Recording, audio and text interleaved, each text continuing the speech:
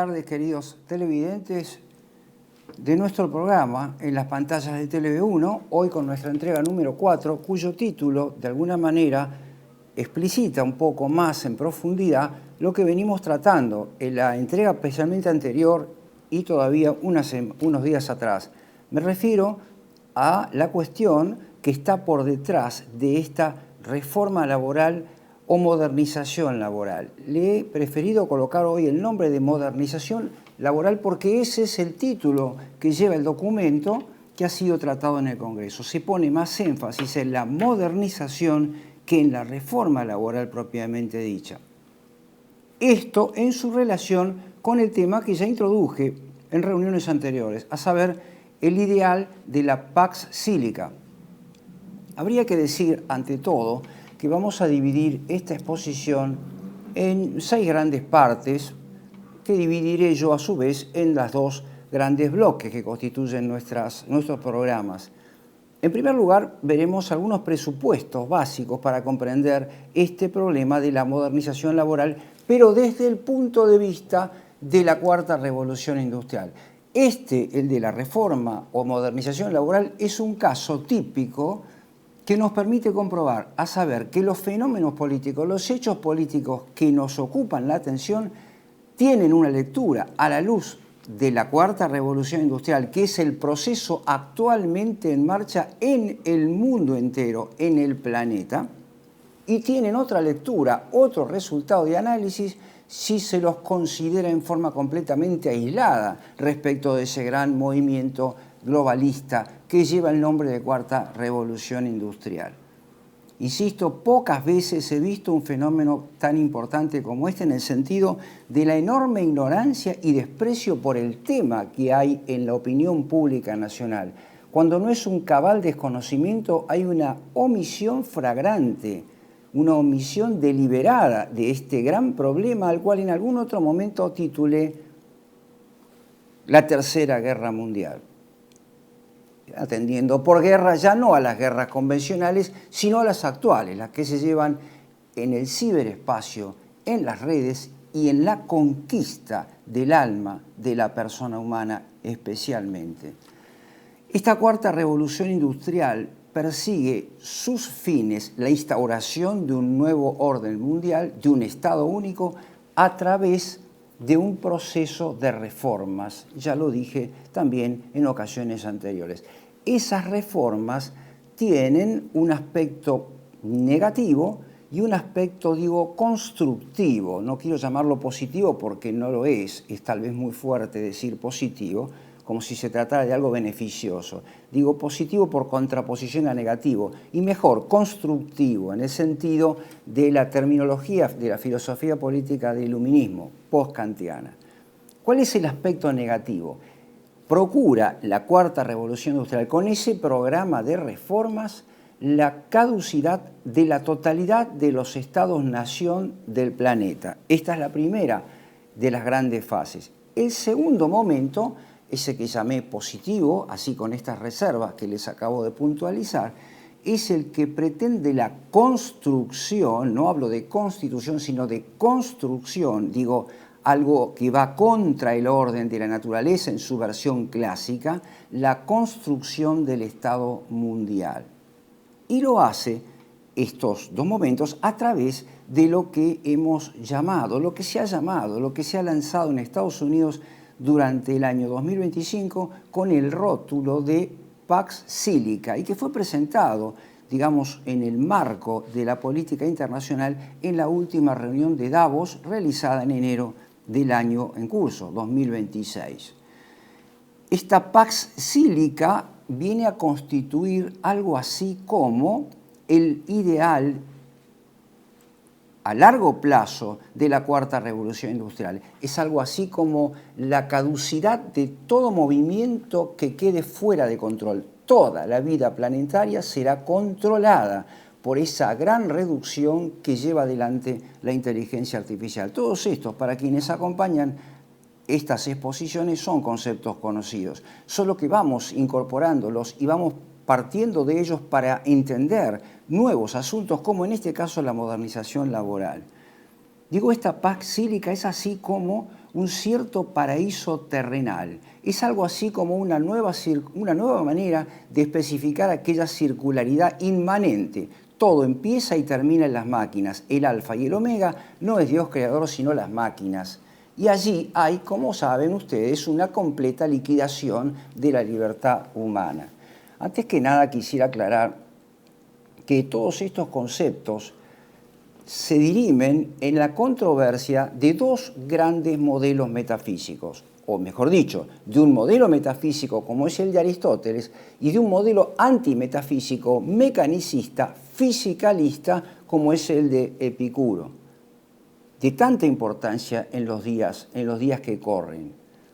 Decía entonces, esta pax sílica consiste precisamente en la subordinación completa de la persona previamente cosificada, despotenciada del alma espiritual, de las potencias superiores del alma, para reducirla a una cierta quietud del instinto, a cierta cultura de la inmediatez, en donde su inteligencia resulta cooptada por los sistemas cibernéticos, en especial por la inteligencia artificial, para conducir la totalidad de sus obras. Y ahora me interesa subrayar aquí especialmente la dimensión del trabajo. En verdad, la paz sílica de la que vengo hablando muestra unido lo que la prensa pretende mostrar desunido. Van a ver ustedes ahora inmediatamente en pantalla un video donde el presidente Trump estrecha su mano con Xi Jinping como si se tratara de un proyecto común. Pero si además ustedes investigan cuáles son los actores que se integran en este proyecto de la Pax Sílica, digo, la reducción de la vida planetaria al control integral, donde haya solo quietud de las partes y que todas estén subsumidas, ordenadas a los algoritmos, esto en concreto encuentra unidos a Estados Unidos con China, Singapur, los más variados países, Canadá, México, muchísimos países que en apariencia parecen confrontados, pero que en este modelo están mancomunando todos sus esfuerzos. Porque es el imperativo de esta cuarta revolución industrial. Es el nuevo paraíso que ya no es sobrenatural, que ya no es el antiguo paraíso terrenal donde se encontraban Adán y Eva, sino un nuevo paraíso terrenal bajo la completa dominación tecnológica. A esto es a lo que vamos a ir refiriéndonos para situar dentro, a ver qué resultado obtenemos de esta no reforma laboral, sino modernización. Vale decir, se pone énfasis en la modificación, no siempre expresamente dicha, de los elementos que forman la filosofía del trabajo, una correcta filosofía del trabajo. Naturalmente este proyecto tiene sus mentores intelectuales. Uno de ellos, el que vengo nombrando desde hace ya mucho tiempo, es Klaus Schwab. Pero el otro, el que directamente nos toca analizar hoy, de algún modo, lo haré también en entregas posteriores, es el pensamiento que dio origen a ese movimiento filosófico-político que se llama el libertarianismo, nacido en la década del 70, de enorme influencia en Estados Unidos, también en Inglaterra y en nuestro país, y por qué no en el mundo entero. Las derechas triunfantes que ustedes presencian como accediendo al poder, prácticamente todos los meses encontramos un triunfo de las nuevas derechas en alguna parte del mundo, son la especificación estratégica política del libertarianismo. Como dije otras veces, que tiene una base, una fundamentación especialmente tecnológica. Entonces, el autor por excelencia y la obra por excelencia que le da el guión a todo este movimiento, y en especial, como veremos, el que se desarrolla en la Argentina, es Murray Rothbard y su discípulo, su seguidor, Walter Block, cuya obra también cité aquí, que lleva el título Defendiendo lo indefendible. Este señor Rothbard presenta un libro de lectura ágil, bastante sencillo, hacia una nueva libertad, que parte de una cantidad, de un elenco de presupuestos que yo iré tocando de una u otra forma a lo largo de mi exposición. Parte de un cierto optimismo antropológico. Los hombres son buenos por naturaleza y entonces de ahí la justificación de cierto individualismo. Pretende despegarse sin éxito de la filosofía atomista de Epicuro. Parte de la base consecuente con su antropología optimista de la consideración de un estado mínimo que reduzca sus funciones a un mero árbitro y aún menos que eso, y parte de una concepción teológica gnóstica, a saber, la redención de la persona humana en ese movimiento económico que llamamos libertad de mercado. En el fondo lo que hay aquí es un ecologismo panteísta, vale decir, el medio ambiente constituido en un Dios y dentro ese movimiento de acción y reacción de las partes que alcanza una armonía siempre y en todos los casos. Esto recuerda no apenas a Epicuro, sino en aquella oportunidad en la cual me referí en esta cámara también, acerca de esa concepción del siglo XIX de Friedrich Schelling, donde habla de un universo magnetizado. Bueno, todo esto tiene mucho que ver con lo que estamos viendo en una síntesis llamada Cuarta Revolución Industrial. Esta Cuarta Revolución Industrial opera, entonces, una vez que ustedes han visto ya la presentación que anuncié de este modelo por parte del presidente Trump con Xi Jinping, podemos pasar ahora a preguntarnos de qué manera actúa en el plano internacional este objetivo que es la Pax Silica. Antes de pasar a ese gran tema, que es el segundo capítulo de mi exposición, les pido detener la atención entonces en esto, en la presentación que hace Donald Trump del proyecto de la Pax Silica.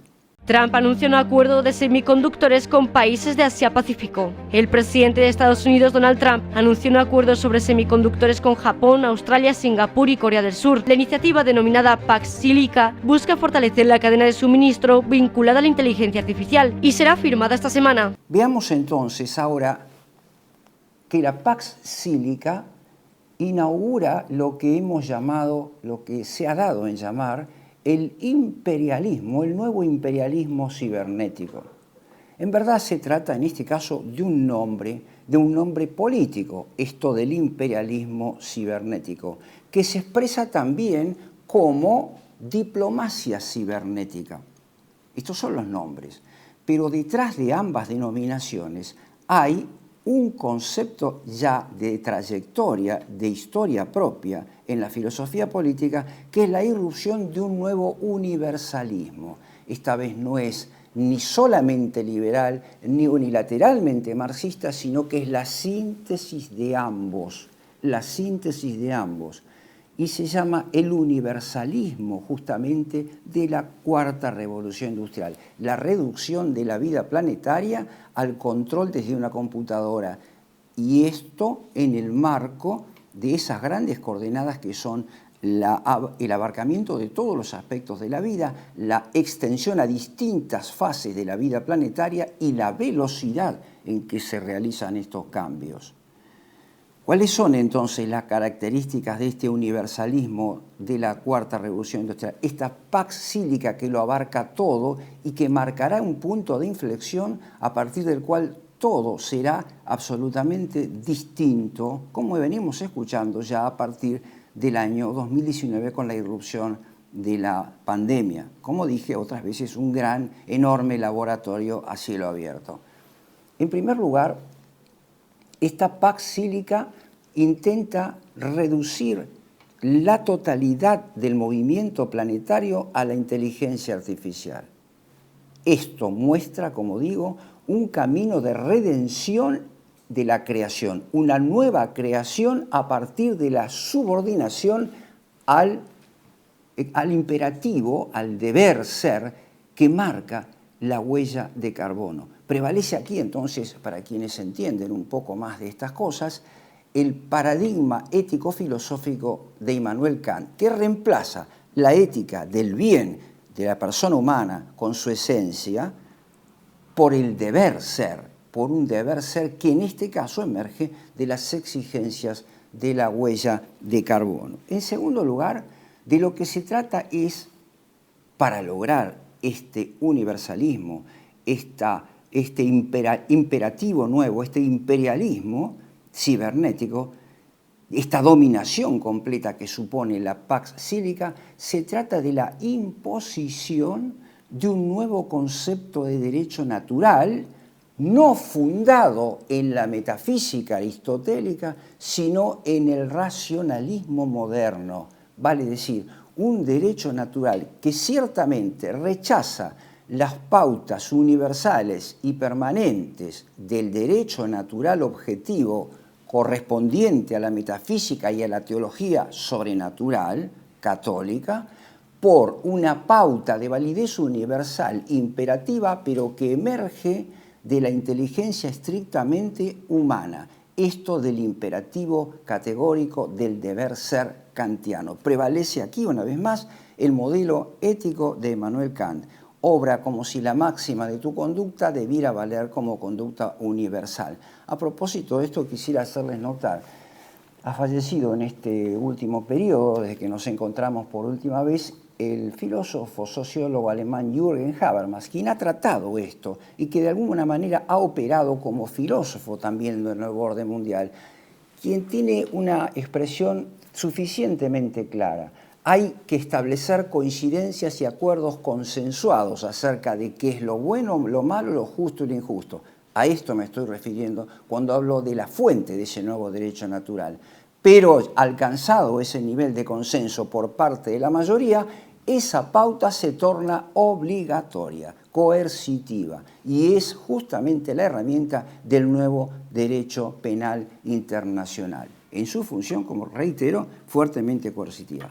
También consiste en la imposición de un nuevo etos que forma un etos estructurante de toda la conducta planetaria, pero en especial la del hombre. El etos de la sostenibilidad. Debemos obrar de tal manera que nuestras conductas partan del principio de sostenibilidad. ¿Pero qué es sostenibilidad? Toda conducta que sea sostenible, sea en el plano espiritual como en el plano material, con las exigencias de un mundo igualitario, de un mundo completamente magnetizado y de un mundo ecuménico en el sentido espiritual del término. Vale decir, aquello de la revolución de la religión postcristiana que anticipé en otros momentos. Debemos estar conformes a una religión propiamente humana que pone a medio ambiente, de ahí el panteísmo ecologista, su horizonte para la nueva redención. Este etos, digo, del nuevo orden mundial, de la Pax Sílica, presupone conductas humanas compatibles tan solo con la medida de la persona humana, no con el orden de la naturaleza y menos aún con el decálogo y tampoco con la fe sobrenatural. No hay que olvidarse, vemos en estos últimos días a Trump, correspondiente con estas dos pretensiones de este derecho natural, que se plasma como el derecho de invadir otros países, de sustituir un gobierno por el otro, dice en estos últimos días, puedo hacer lo que yo quiera con Cuba y con el país que se me ocurra, con tal de garantizar la sostenibilidad planetaria y los intereses de Estados Unidos, que está, junto con Israel, en la punta del viento de este nuevo mundo conducido por una élite que camina hacia la plasmación del modelo del anticristo como cabeza del Estado mundial único. La Pax Sílica, cuyo concepto fuerte es el de inteligencia artificial, hace referencia a esa nueva imagen del Redentor, del nuevo Mesías, superador, como dije también, del verdadero Mesías y poseedor de una inteligencia única. Y supone esta ética nueva, esta ética estructurante de la conducta humana, supone, en primer lugar, como dije, la cosificación de la persona humana. Pero la segunda, la sumisión de la persona cosificada, una sumisión de carácter sinérgica, que obliga a abandonar el pensamiento y la responsabilidad personal para reemplazarla en un parámetro ético compatible con un todo homogéneo, orgánico, que es la totalidad del planeta. No es una comunidad, no son comunidades menores, sino un todo nuevo que es totalitario, que es absorbente y que marca conductas de un deber ser, como digo. No podemos más que cambiar nuestro sistema de alimentación, inclusive si la huella de carbono así lo impone. Por ejemplo, si hay por caso un país que aún se gobierna con normas de procedencia teocrática, ese es el enemigo y lo estamos viendo en estos días que corren. Corresponde también a esta nueva fase del universalismo de la Cuarta Revolución Industrial, que persigue como objetivo intermedio la Pax Sílica, corresponde también ya no un optimismo antropológico, sino un pesimismo antropológico. Vale decir, saben ustedes que el precedente se encuentra, por caso, en los antecedentes de la pandemia 2019. Es el hombre con su comportamiento indebido, con el acopio de bienes materiales, con el acopio excesivo o el gasto de dinero, quien ha producido una invasión en el medio ambiente, que ha invadido inclusive los espacios animales y que trajo como respuesta la generación de aquel famoso virus que se conoció con el nombre de COVID-19. Cabe entonces una intervención, ya aquí no hay libertad de mercado, aquí ya no hay antropología optimista, sino cabalmente pesimista. Cabe entonces una intervención en la persona humana y en el mercado para mantener las conductas dentro de los límites de sostenibilidad del medio ambiente. Dicho esto, entonces, podemos ir todavía un poco más adelante y avanzar en nuestro análisis respecto de lo que ocurre en la Argentina propiamente a propósito del proyecto de esta Pax Sílica. La primera cosa que debemos puntualizar, subrayar, es que aquí la Pax Sílica entra, como dije en la introducción, a partir de unas reformas que todas ellas fueron catalogadas en entregas anteriores. La gran reforma constitucional encubierta, que se llamó Ley, Bases y Puntos de Partida para la Libertad de los Argentinos, es el paraguas jurídico protector, político y jurídico protector de todas las otras reformas, política, económica, judicial, y esto que se llama no reforma, sino modernización laboral, por las razones que iremos viendo, especialmente en la segunda parte de la exposición del día de hoy. La otra cuestión que debemos señalar para comprender el progreso de la Cuarta Revolución Industrial en cuanto a su ejecución puntual en la Argentina, porque recuerden que el proyecto epicureísta supone la categoría de dominación del movimiento de la naturaleza. ¿Cómo es posible que el hombre pueda tenerlo todo bajo su control? En esto consiste el objetivo de la Cuarta Revolución Industrial y en particular de esta Pax Sílica. La pregunta es entonces, y va siendo cada vez más importante subrayarlo, ¿cuál es el lugar que ocupa aquí la reforma laboral? La segunda característica es la adopción por parte del gobierno de Javier Milei del guión completo del libro Hacia una nueva libertad de Murray Rothbard. Allí se presentan ese catálogo de presupuestos que nombré antes de una manera patente, de una manera clarísima. Por ejemplo, cuando Rothbard va a hablar de que el derecho a la propiedad comienza por el derecho a la propiedad del propio cuerpo.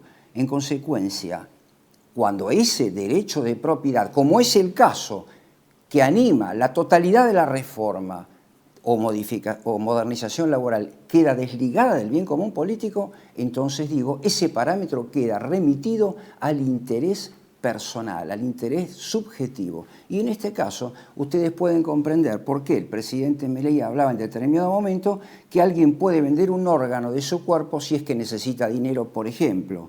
O también podría incluso, como en ese libro de cabecera, que constituye el libro de cabecera de muchos miembros de nuestro gabinete de gobierno, podría incluso justificarse el narcotráfico, la prostitución, porque eso permite obtener ganancias y esto desligado de las exigencias de un bien común político estructurador de la conducta y de los intercambios, es también beneficioso. Ahí ustedes pueden ver cómo tiene sentido todo esto de la adopción de la física atomista de Epicuro a los efectos de la reforma política, económica y también de la modernización laboral.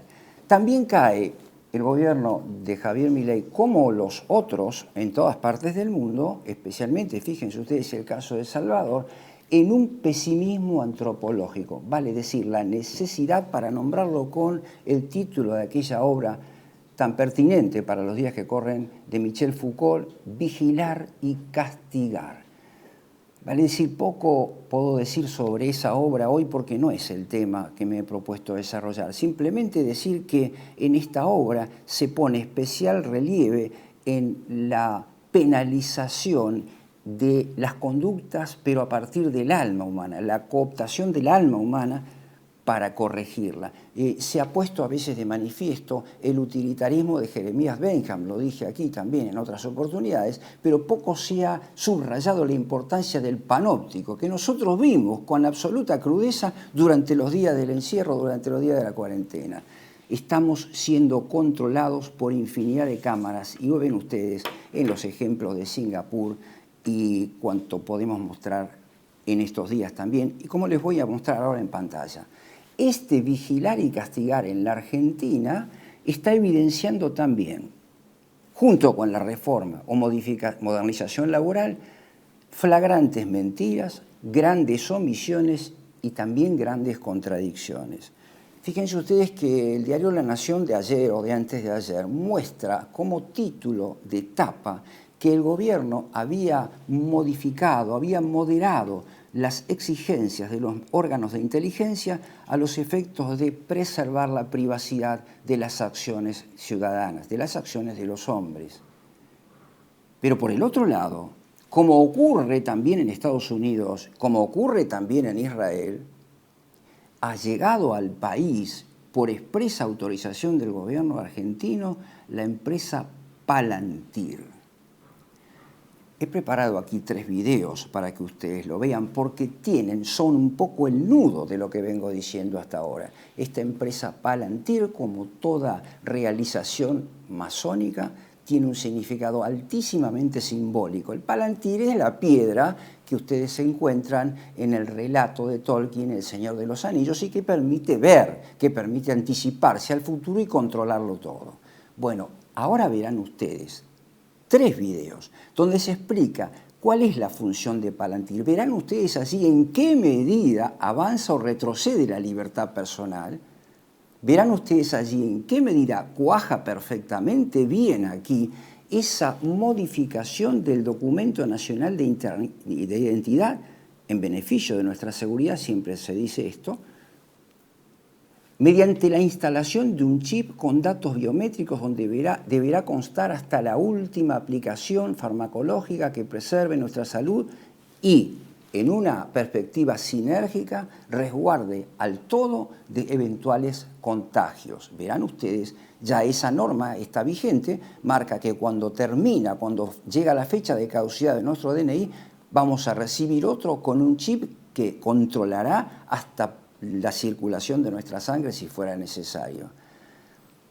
Vean entonces en estos videos la naturaleza, la profundidad, la peligrosidad, ¿por qué no?, de esta empresa global de inteligencia que persigue a la disidencia y por el otro lado que controla esa automación, no automatización, no esa técnica maquinista de la que habla Heidegger en aquella obra Sendas Perdidas, sino la automación, la que implica la conversión de la persona en parte subsidiaria de las máquinas. Y esto es a lo que me referí cuando hablé de las modificaciones del ADN y de las intervenciones genéticas, o de la constitución, y por qué no construcción de personas a diseño, como lo dijimos en otras oportunidades. Vean ustedes estos videos entonces y comprenderán esto que yo creo el núcleo de mi exposición de hoy. ¿Qué consecuencias puede tener que una empresa que crea herramientas para el control de las decisiones? En conclusión, Hay un conflicto claro entre la seguridad nacional y los derechos humanos y Palantir está justo en el medio. La pregunta es, ¿cómo usar este tipo de tecnologías de vigilancia con ese riesgo tan grande que traen de amenazar nuestra libertad personal? ¿O es el precio que hay que pagar por la seguridad? Esto no es defensa, no es seguridad. Es imperialismo automatizado, privatizado y sin rendición de cuentas. La guerra ya no necesita soldados que miren a los ojos. Le basta con ejecutivos que sonrían mientras hablan de éxito. We hope you're enjoying being a partner, and we're really happy and very, very focused on what we're doing.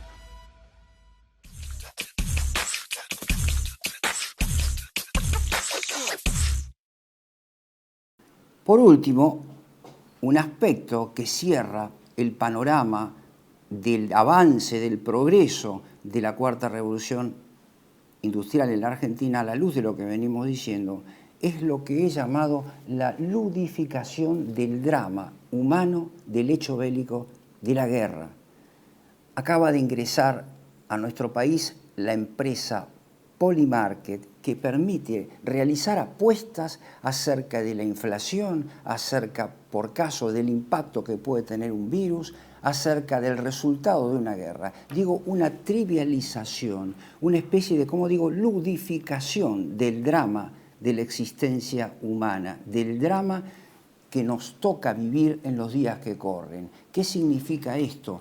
Que se ha hecho de la muerte, que se ha hecho del quebranto económico, algo así como cotidiano, se ha hecho parte de nuestra vida cotidiana, así como los chicos juegan en las escuelas o en sus casas a la guerra de las galaxias, siempre mirando la llegada de un Salvador, que no por casualidad termina siendo el anticristo.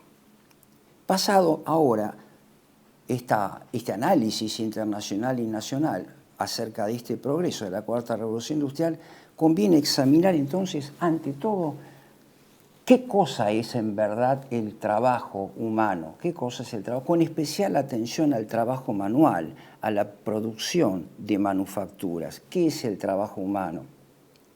Para ello, habré de desarrollar un aspecto positivo, pero también sobre el contraste del análisis de aquellos que considero los artículos más relevantes de esta ley de modernización laboral. No todos ellos, porque los más importantes, creo yo, los que muestran de entre líneas lo que no se dice, de allí las flagrantes omisiones, las grandes mentiras en esto que les nombré a partir de la publicación del diario La Nación. Por un lado entra Palantir, que es una empresa que sirve a los intereses de Israel en Gaza, a Estados Unidos para imponer su nuevo patrón de conducta y su derecho natural de dominación, pero por el otro lado aquí se pretende decir que los organismos de inteligencia han moderado su penetración en la vida privada de los hombres. Por otro lado entra esta empresa Palantir que ustedes vieron.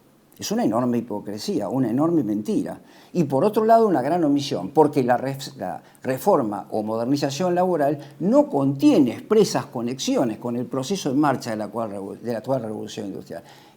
Fíjense ustedes que esta cuarta revolución industrial opera como si fuese un Kohinoor, ese secador que utilizamos en casa, que está abarcando el movimiento en velocidad y profundidad en todo el planeta. ¿Cómo es posible pensar, o a alguien se le ocurre pensar, que una reforma o modernización laboral va a escapar a las exigencias de esa cuarta revolución industrial? Sin embargo, en los artículos apenas se nota para el buen lector esa enorme transformación, digo, modernización, que implica en verdad cosificación de la persona humana, liquidación de la libertad humana, como venimos diciendo en programas anteriores también. Me pareció oportuno detener mi atención en el significado griego y latino del concepto de trabajo, y para eso la palabra ergón en griego y labor en latín. La palabra ergón en griego indica la obra realizada. Ergaxomai es el verbo, como realizar un trabajo. Organon indica también un utensilio, un instrumento de trabajo. De ahí la conocida obra de Aristóteles, ¿no? El organon. Pero quiero decir con esto que esta palabra, este concepto de obra realizada, implica posteriormente en el griego del Nuevo Testamento la añadidura de una otra palabra que la especifica mejor, digo, en el Evangelio, en el Nuevo Testamento. Es órgano, o sea, ergon, kai logos, o sea, que es una obra que se realiza conforme a un cierto discernimiento. Si hablamos, por caso, de la vida práctica que ocupa el plano de la moral y de la política, diríamos que la contemplación fluye como acción. Pero como este no es el caso de la practicidad, sino el de la obra de arte que llamé poiesis en el lenguaje aristotélico, aquí se trata no de que el trabajador manual sea un contemplativo, como puede serlo un filósofo o un teólogo, sino que pueda tener una comprensión razonable del trabajo, de la obra a realizar, como tantas veces dimos el ejemplo de un carpintero que tiene que tener prefigurada ya en su forma mentis la silla para luego plasmarla en esa transformación de materiales que son las maderas. En primer lugar eso.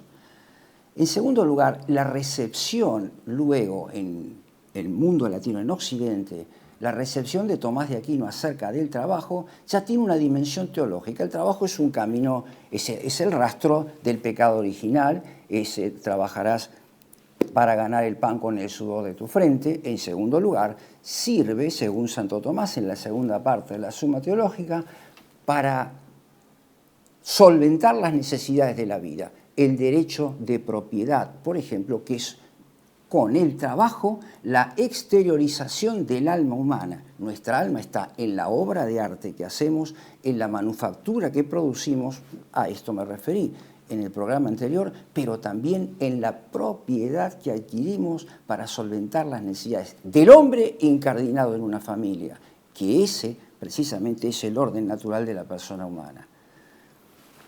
Santo Tomás va a decir también que sirve para fomentar una propiedad privada que tiene una doble función. Una función hacia la amistad política en el sentido de que es propiedad privada, pero de uso común, para la ayuda de los que más necesitan. Un trabajo fatigoso, porque también este es un matiz del concepto de ergón, de labor, que tiene por finalidad sanar la concupiscencia de la carne, que tiene por finalidad salvaguardar la persona de la envidia del bien ajeno, porque cada uno obtiene lo que es suyo cuando el trabajo está regulado por la justicia conmutativa y por la justicia distributiva, a la que ahora se llama justicia social, mal catalogada por el presidente Milei como una aberración. Lo que es una aberración es que no sepa de lo que se trata la justicia social en relación al esquema aristotélico donde nacen esos conceptos. Esto es una aberración, no la justicia social. Digo entonces, esta función del trabajo, esta etimología nos permite comprender que el trabajo no es pura energía ni es mercancía, como se pretende presentarlo, como subyace en la base materialista de la reforma o de la modernización que ya está aprobada por otro lado. Veamos ahora un poco cuáles son los contextos del trabajo ya en la reforma, para pasar luego a una rápida enumeración de algunos artículos que son especialmente importantes y que contradicen estas concepciones de una metafísica del trabajo. En primer lugar, diría lo siguiente: el trabajo debe estar subordinado a una política del bien común y no de la dominación, como hice notar en la primera parte. Política del bien común que reconoce precisamente en ese concepto que es espiritual y material una cierta causa formante del trabajo y de los intercambios entre los hombres. Una política de bien común que regule también la actividad empresaria. Una política empresarial, nunca será poco recomendada la obra de Tomás Casares acerca de la filosofía de la empresa, que no tiene por finalidad solamente el lucro, sino una función política, más que social, política de bien común. No se puede producir cualquier cosa, sino aquello que el Estado, aquí y ahora, esa coordenada trascendente, que es la fe sobrenatural e inmanente, que es el concepto de patria que logremos acuñar y que nos marca las necesidades puntuales del ser argentino. No es igual la industria y la empresa en la Argentina que en Norteamérica, no es exactamente lo mismo. Por lo demás, un concepto de propiedad privada, que la propiedad privada, en el caso de la empresa, podemos distinguirla en las empresas de servicios públicos, en los bienes que son indispensables para promover ese bien común político y en aquellos otros que pueden ser objeto de subsidio y de iniciativa privada. El trabajo, digo, no es cosa, no es energía pura, sino que es la obra de la persona humana definida como sustancia individual de naturaleza racional, no la persona cosificada. ¿Qué es lo que dice esta modernización laboral? Bueno, en su artículo 4 define el trabajo de una forma más que vaga e imprecisa, señalando que es el trabajo toda actividad lícita que se presta a alguna autoridad con facultad de dirigirla. Subsidiario a este artículo 4 es el artículo 21, donde dice que quienes están facultados a dirigir el trabajo son las empresas, son los grupos humanos, tengan o no personería jurídica en el país de radicación, con lo cual se abren las puertas a los grandes capitales internacionales. La pregunta es, en primer lugar, toda actividad, no toda actividad es trabajo, no toda actividad es trabajo, ni todo trabajo es actividad. Por ejemplo, se dice impropiamente trabajo intelectual. El trabajo intelectual no existe, hay contemplación, una contemplación que ilumina, que estructura precisamente la vida política, que aquí queda fuera del horizonte de la consideración de esta ley. El intelectual, las élites intelectuales no trabajan, están ociosas, son argon, o sea, inactivos, no ergon, que son activos. Fíjense ustedes la concepción materialista que subyace en esta reforma o modernización laboral. Por lo demás, vamos viendo ya de qué manera se aproxima esto a incardinar con la Cuarta Revolución Industrial. Más adelante, en el artículo 15 en concreto, habla de los contratos entre las partes. Los contratos quedarán sujetos a los intereses de las partes contratantes. Pero hoy, formular ese enunciado propio del liberalismo clásico y del libertarianismo actual, que defiende Murray y Rothbard, hay que comprender que esto es tanto como la intervención en favor de los más poderosos, porque el movimiento, como dije, centrífugo de los grandes capitales que manejan, que dirigen, que orientan la Cuarta Revolución Industrial, están frente al trabajador aislado, porque ya no tiene que ver con el bien común y porque además el Estado en su país es mínimo o inexistente. Se puede estar contratando con un algoritmo incluso. Por un lado esto.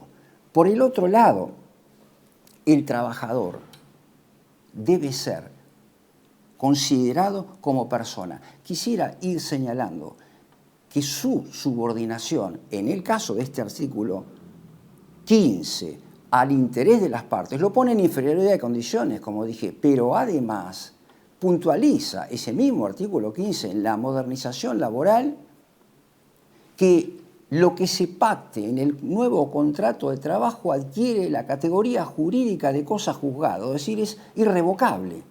La injusticia se petrifica en el nuevo contrato de trabajo. Vamos un poco más adelante y veamos ahora sí la conexión de la reforma o modernización laboral con el progreso de este imperialismo tecnológico, de este universalismo cibernético del que veníamos hablando.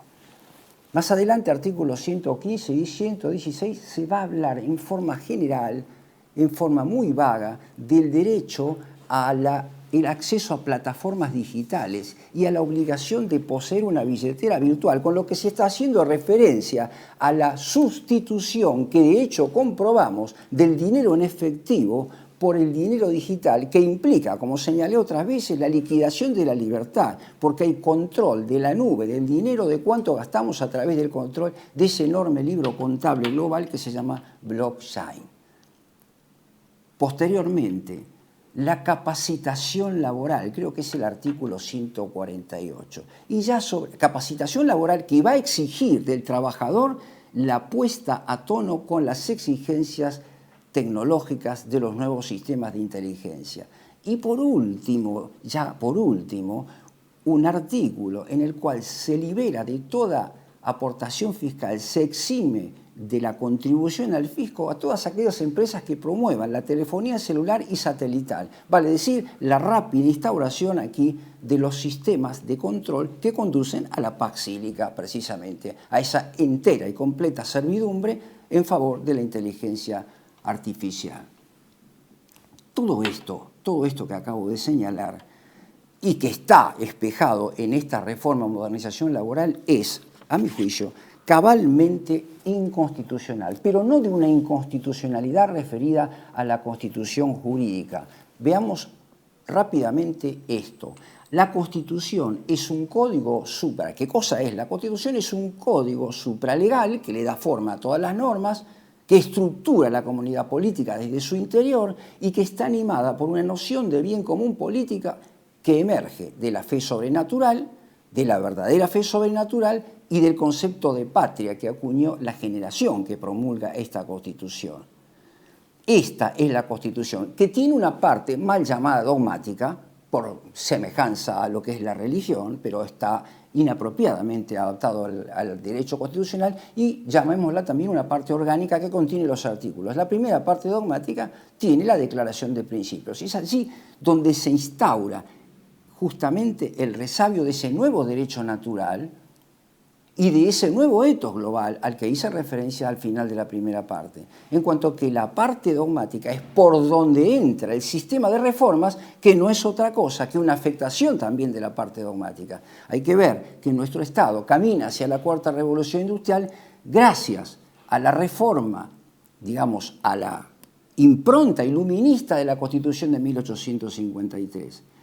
Quisiera hacer aquí apenas una referencia, antes de pasar a los tipos de constituciones para juzgar la inconstitucionalidad de esta reforma o modernización laboral, por contraste a la reforma constitucional de 1949, en cuyo artículo 38 se habla de la propiedad privada para señalar que la empresa debe remunerar al trabajador de modo tal que le permita acceder a la vivienda propia. Todo esto está completamente fuera del horizonte de la nueva reforma laboral. En el artículo 39 se habla del servicio necesario del capital al bien común político, que es exactamente lo contrario que promulga la ley Bases y Puntos de Partida para la Libertad de los Argentinos, eximiendo de imposiciones fiscales a los grandes holdings por la doble imposición fiscal que se instalan en el país.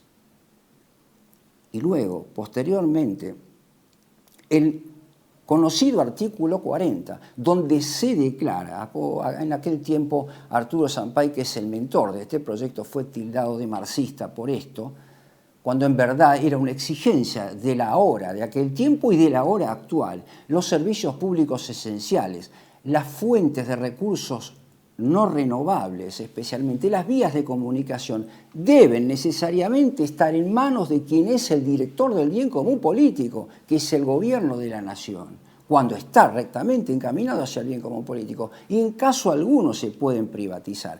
Y si por acaso un gobierno encuentra esto, la privatización integral hasta de lo esencial, del aire que respiramos y del agua, corresponde legítimamente por exigencia del bien común y del orden natural la expropiación lisa y llana. No hace falta ser Hugo Chávez para entender esto. Y esa expropiación tiene unos límites muy precisos en el proyecto de reforma constitucional de 1949. Antes de fijar el precio de la empresa que privatiza, en favor de la cual se privatizaron aquellos recursos esenciales para el bien común, se deben devengar de allí las ganancias, las amortizaciones obtenidas durante los años que lleva esta empresa explotando las riquezas del suelo patrio. Como verán ustedes, el contraste es enorme. El contraste es hablar tanto como del blanco y del negro. Por último, decía, los tres tipos de constituciones.